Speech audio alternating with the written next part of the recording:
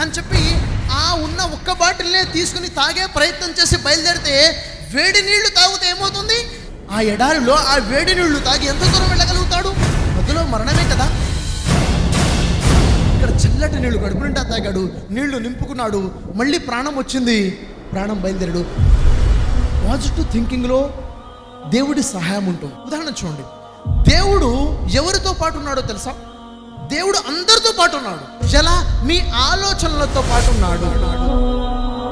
నువ్వు ఎలా అయితే ఆలోచిస్తున్నావో దేవుడు నిన్ను అలాగే ముందుకు తీసుకెళ్తాడు. నువ్వు ఎంత పాజిటివ్గా ఉంటే అంత పాజిటివ్గా నిన్ను తీసుకెళ్తాడు. నువ్వు ఎంత నెగిటివ్గా ఉంటే అంత నెగిటివ్గా నిన్ను ముందుకు తీసుకెళ్తాడు.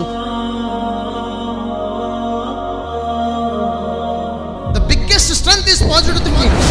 పాజిటివ్ థింకింగ్ అన్ని రోజుల్లో, అన్ని వేళల్లో, అన్ని సమయాల్లో కూడా కావాల్సింది పాజిటివ్ థింకింగ్.